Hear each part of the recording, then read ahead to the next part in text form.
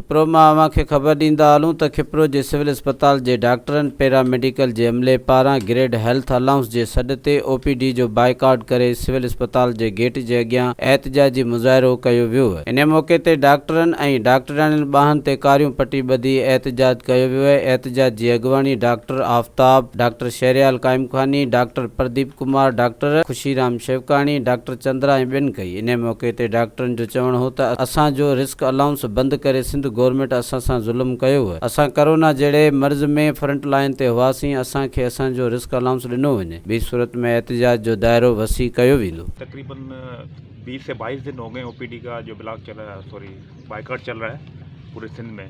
तो हमने तो यहाँ पर 3 दिन ही OPD का बाइकाट किया है। हमारा असल मकसद यही है कि हमारा जो कोविड रिस्क अलाउंस जो है हमारा बंद किया गया है वो बिल्कुल बहाल किया जाए फौरी तौर पे, और हमारा जो भी हेल्थ वर्कर पैरामेडिकल स्टाफ है उसको जो रिलीफ दिया जाए। गवर्नमेंट और MNS की तरफ से कोई भी रिस्पांस नहीं है अभी तक, और आज भी जो है जुमे नमाज के बाद प्रेस क्लब पे धरना होगा कराची में, उसके बाद देखें क्या होता है। एहतजाज हमारा सारा GHA की तरफ से एहतजाज कॉल की गई है, जो कि हमारे कोविड अलाउंस की कटौती, जो हेल्थ रिस्क अलाउंस है उसकी कटौती, तनख्वाहों की कटौती, जो हमारे भाई लोग जो हमारे पैरामेडिक जो हमारे डॉक्टर हजरात जो कराची के अंदर धरने में बैठे हैं उनके साथ हमारा भरपूर ताउन है। इंशाल्लाह ये धरना जारी रहेगा जब तक हमारे जायज़ मुतालबात को तस्लीम नहीं किया जाता है। मज़ीद ख़बरनि ऐं तफ़सीलात लाइ विज़िट कयो असांजी वेबसाइट www.awamiNewsHD.com ऐं ॾिसंदा रहो अवामी न्यूज़ HD।